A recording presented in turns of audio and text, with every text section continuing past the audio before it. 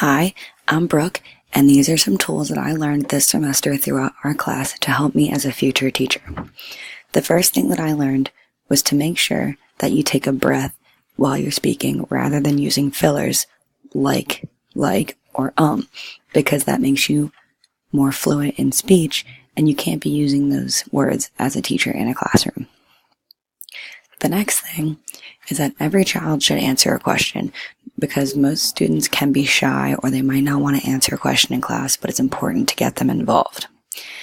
An easy way to get them involved is to use activities in the classroom where all students can answer questions but might not have to be called on, like the plastic sleeve. You can put construction paper in it and use it as a whiteboard, and then the eraser can be the sock, and then you can use an expo marker, which you can provide for the students, obviously. The next important thing is to bring yourself down to the student's level when you're meeting with them, because that makes you part of the conversation and students feel less intimidated when you're speaking above them. One of the other most important things we learned is obviously to praise in public, but obviously punish in private. You don't want to punish students in front of their peers, because then that's just diminishing to them.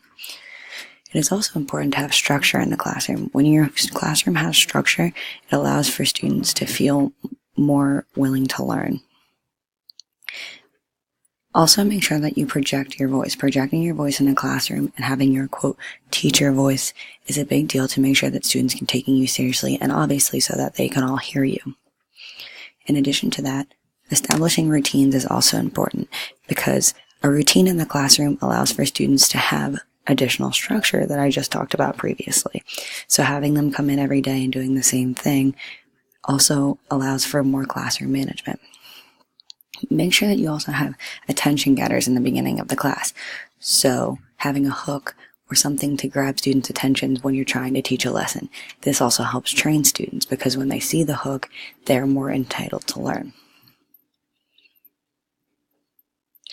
Working in teams and trying to use voices inside the classroom and don't interrupt other students is another thing as well, because you want to make sure that when they're in their groups, they're working efficiently with one another, and groups can be really helpful in the classroom.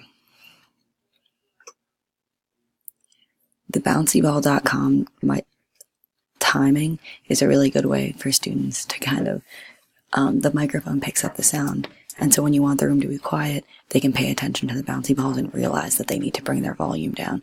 So that helps without you having to say something. One of my favorite things from this semester is using old yearbooks before you get into the classroom, so that you can kind of learn what the students look like before you get into the class. It helps you build rapport with your students and know their names. Reverse proximity is also important as well. In this picture, the teacher is calling across the room to the student, so the student uses their louder voice, and so they can speak and everybody can hear them. Raise expectations, but don't give rules. This is important because expectations work in a classroom, but rules do not. Choral response to things is also very important, because then all students are getting a chance to answer, rather than just calling on one student and knowing that they know the information. The other students will know as well. Giving students who have attention problems, or they have to always be moving, giving them one of these few toys is a really great idea, so that they can be focusing but also kind of moving at the same time, and that helps them.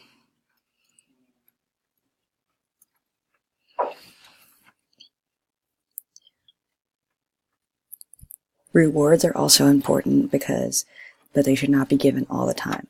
Rewards should only be given when they're deserved and when they are necessary, not just as like a random thing that you give throughout the day. They have to know that rewards have to be earned.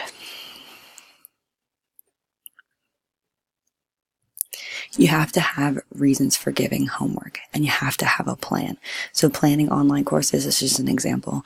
Make sure that you have a plan and you're always over planning, because when that happens, then you're never really lost in your content. This also goes with reasons to give homework. And this, you can get feedback if you need it for assessment, but never give homework just because as a punishment, because then that makes students not want to do it.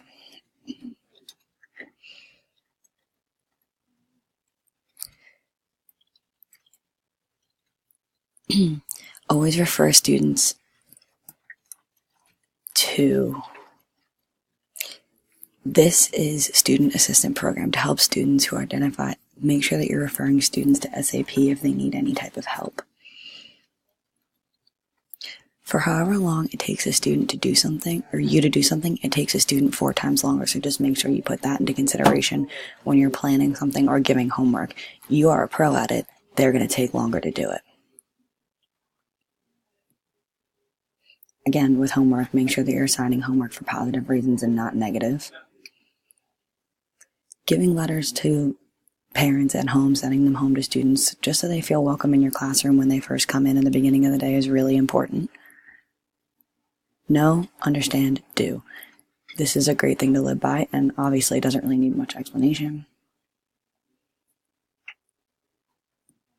Always have positive contact. It's critical in a classroom. Never try to be negative. Always try to flip things in a positive direction. Obviously, emotions are the gatekeepers to learning. We need to make sure that our students have positive emotions. We need to keep track of our students' emotions to make sure everything's going well. Don't ask for permission, just do it. No one cares how much you know until they know you care. This is really important because, students have to know how much you care about them in their classroom. And finally, of course, the way for our whole classroom, if you want it, teach it. This is something to live by, and I think this is the most critical thing that we learned all semester. If you want it to happen in your classroom, you have to teach it. Thank you.